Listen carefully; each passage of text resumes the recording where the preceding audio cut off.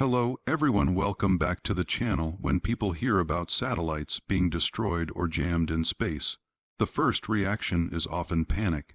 There is a common belief that if an enemy knocks out American satellites, the United States Air Force would suddenly be blind, deaf, and unable to fight. This idea sounds logical on the surface because satellites play a huge role in modern warfare. They provide navigation, communication, missile warning, intelligence, surveillance, and reconnaissance. But the reality is far more complex and far more reassuring for the U.S. military. The truth is that losing satellites does not automatically blind the United States Air Force. In fact, the entire American military system has been designed for decades with the assumption that satellites could be attacked. From the Cold War to today's great power competition, U.S. planners have always expected that space would be a contested domain. Because of that, the Air Force has built layers of redundancy, flexibility, and alternatives that prevent total failure even under heavy satellite losses. One of the most important ideas to understand is redundancy. The U.S. does not rely on a single satellite or even a single type of satellite for critical missions. Instead, it uses large constellations made up of many spacecraft. If one satellite is lost, others can often take over its mission. This is especially true for communication and reconnaissance systems, where coverage areas overlap and data can be rerouted almost instantly. Another key point is that not all satellites are equal. Some are extremely large, expensive, and capable, while others are smaller, cheaper, and easier to replace. In recent years, the United States has shifted toward deploying more small satellites in low Earth orbit. These systems are harder to completely eliminate because an enemy would need to destroy many targets rather than just a few high-val U-1s. The Air Force also plans for graceful degradation rather than total collapse. This means that even if some capabilities are lost, the system continues to function at a reduced level instead of failing completely. For example, losing part of a satellite network might reduce resolution, increase latency, or limit coverage, but it would not instantly shut everything down. Military operations are designed to adapt to these reduced conditions.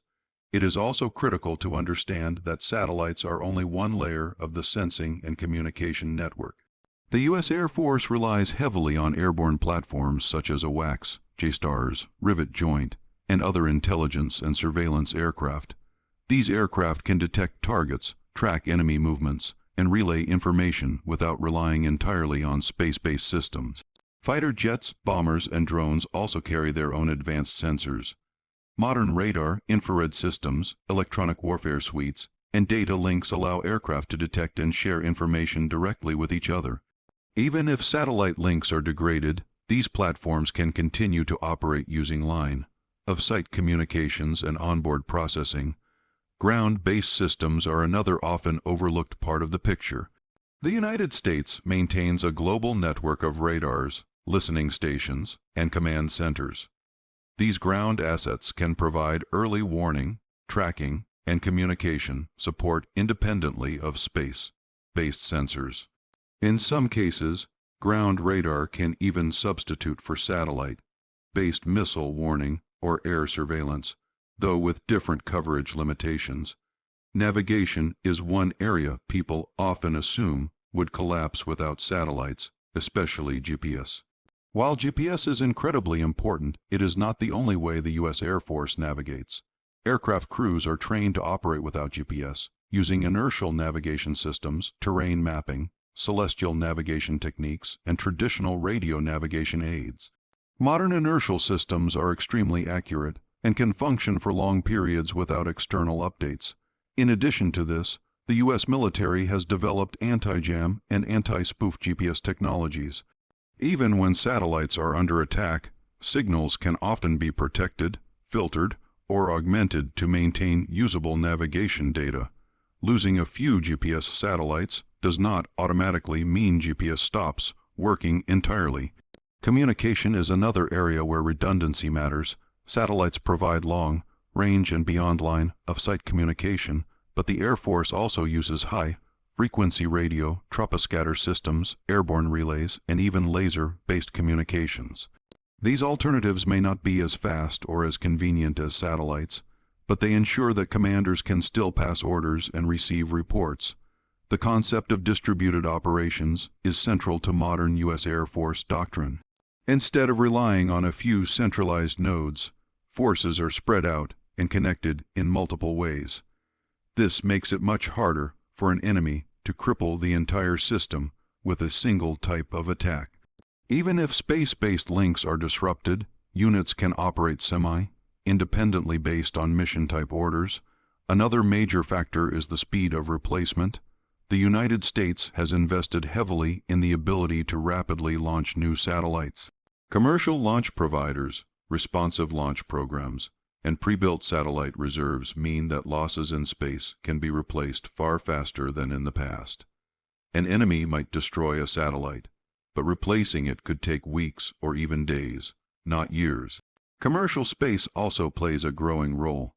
Many capabilities once limited to military satellites are now available through commercial providers.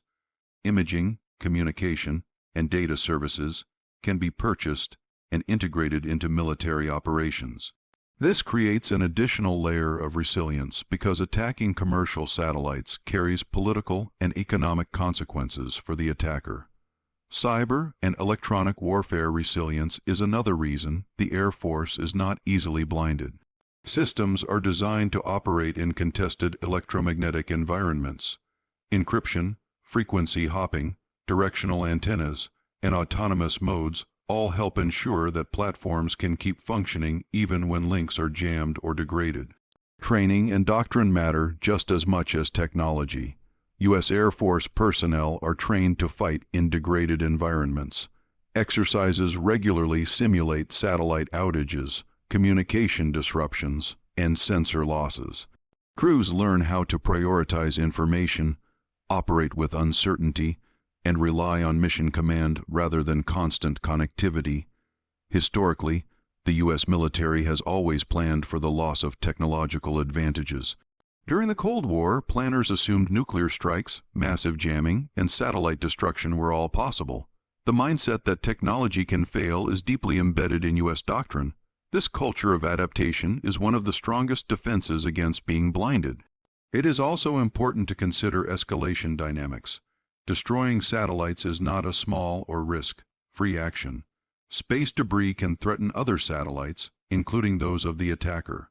Because of this, most anti-satellite actions would likely be limited, selective, and carefully calculated. This reduces the likelihood of a total, sudden loss of all U.S. space assets. Even in the worst-case scenario of heavy satellite losses, the Air Force would still retain significant combat power. Aircraft would still fly, weapons would still function, and commanders would still make decisions. Operations might be slower, less precise, and more risky, but they would not stop altogether. Precision, guided weapons are another example of resilience. While many rely on GPS, alternatives such as laser guidance, imaging infrared seekers, radar guidance, and inertial navigation exist. The Air Force maintains a mix of weapon types specifically to avoid dependence on a single guidance method. Data fusion also helps reduce reliance on any one sensor. Information from satellites, aircraft, ground stations, and even allied systems is combined to create a shared picture. If one source disappears, others can partially fill the gap. This layered approach makes the overall system far harder to collapse. Alliances further strengthen resilience. The United States does not operate alone. Allied nations contribute satellites, radars, aircraft, and intelligence. Shared networks mean that even if U.S. assets are degraded, information can still flow through partner systems. The psychological aspect is also worth mentioning. The idea that destroying satellites would instantly paralyze the U.S. Air Force is appealing to adversaries, but it underestimates the adaptability of military organizations. Shock and confusion might occur initially, but trained forces are designed to recover quickly and continue fighting. Modern warfare is about managing uncertainty, not eliminating it. The U.S. Air Force accepts that perfect information is impossible. Commanders are trained to make decisions with incomplete data, relying on experience, intent, and decentralized execution. Technology trends also favor resilience. Artificial intelligence, onboard processing, and autonomous systems reduce the need for constant external communication. Aircraft and drones can analyze data locally, make decisions, and carry out missions even with limited connectivity. Space itself is becoming more resilient. New architectures focus on dispersion, mobility, and rapid reconstitution. Instead of a few critical nodes, future systems will consist of many smaller elements that are harder to target and easier to replace. In the end, satellites are incredibly important, but they are not a single point of failure. The United States Air Force has spent decades preparing for the possibility of losing them. Through redundancy, alternative systems, training, doctrine, and alliances, the Air Force ensures that it can continue operating even under intense pressure.